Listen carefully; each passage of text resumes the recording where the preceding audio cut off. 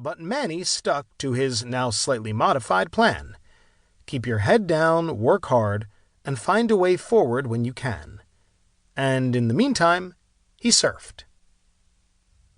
Manny had gotten used to the looks he'd get from the other surfers. A vivacious Latin soul housed inside a geeky 5'5" Filipino body, Manny was a far cry from the typical beach blonde dudes parked in the tiny beach lot in Pacifica, a town just south of San Francisco. His board stood out too. While the other guys rocked the popular three-finned thrusters, Manny guarded a bizarre-looking quadfish surfboard.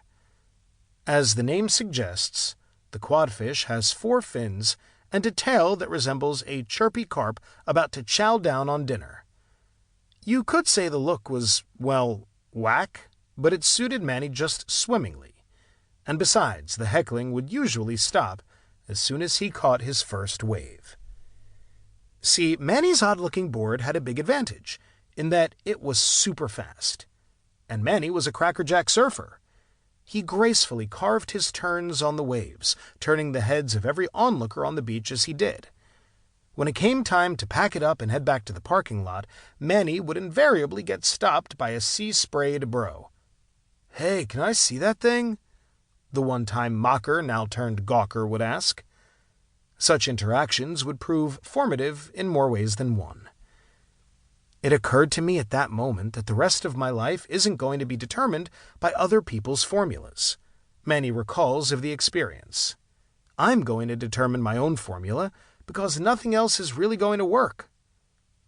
Trusting his instincts, Manny became the steward to his gifts. Alongside his boisterous laugh, that funny quadfish from the parking lot has become his signature design. Manny had tapped into the thing that he needed to be doing in this life.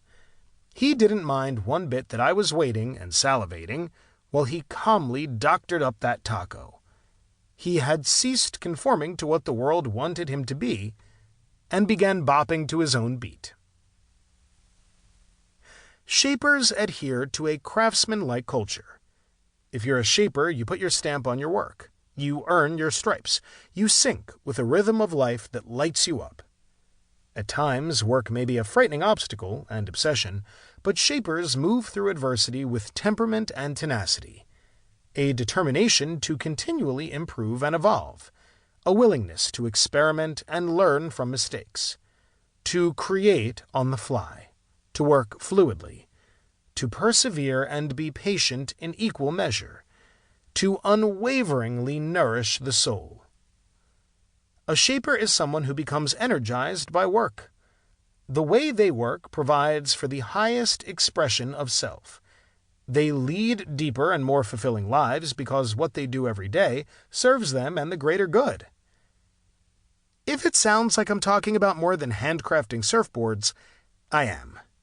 Now, more than ever, the professional working world needs a bit of the shaper shimmer. I should know. After years of trying to run a business with the wrong partner, in the wrong industry, and in the wrong way, I burned out. So I up and left and went back to school to study design and to figure out where I went wrong.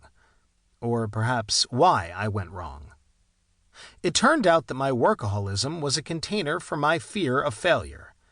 Instead of working smart and with purpose, I just kept my head down and toiled away harder. I discovered that my approach to work was crushing my spirit, so I swapped it for one that helped me come alive. I began to see that my vitality would only come when I gave in to my curiosity and creativity.